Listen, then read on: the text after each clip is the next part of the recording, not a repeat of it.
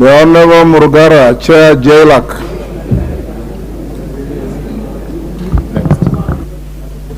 Thank you.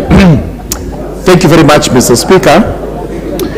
Mr. Speaker, I beg to move the procedural motion on extension of period for consideration of nominees for appointment as members of the Judicial Service Commission, that pursuant to the provisions of Section 13 of the Public Appointments Parliamentary Approval Act 2011 relating to extension of period for consideration of nominees for appointment to a public office, this House resolves to extend the period for consideration of the nominees submitted by His Excellency the President for appointment as members of the Judicial Service Commission by a period of 14 days from 31st May 2023.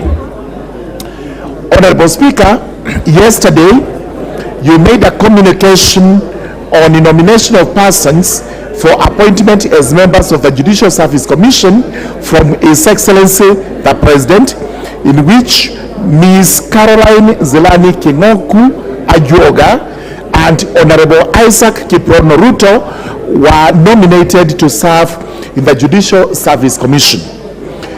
Mr. Speaker, sir, this evening, the House proceeds on recess for 1 month.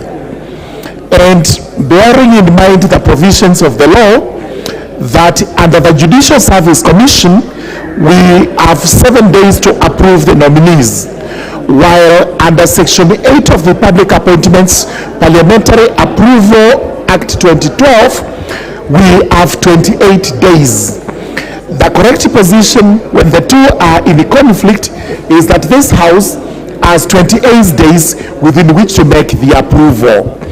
A calculation of the 28 days lapse on the 31st of May 2023, by which time this House will be on recess.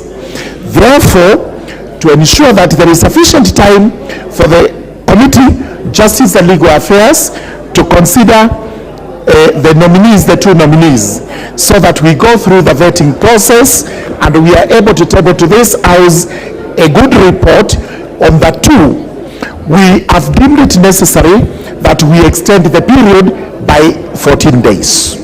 The 14 days will take us to after the House resumes. So with those remarks, I urge the House to pass the procedural motion and approve an extension for 14 days. Mr. Speaker, sir, with those remarks, I call upon the Honorable Victor Koech, also known popularly in his constituency as Mandazi of Chepalungu, to actually second the motion. Thank you, Mr. Speaker. Yeah, thank you so much, Mr. Speaker. As I rise, let me first of all congratulate the two nominees, and especially His Excellency the first Governor for Bomet,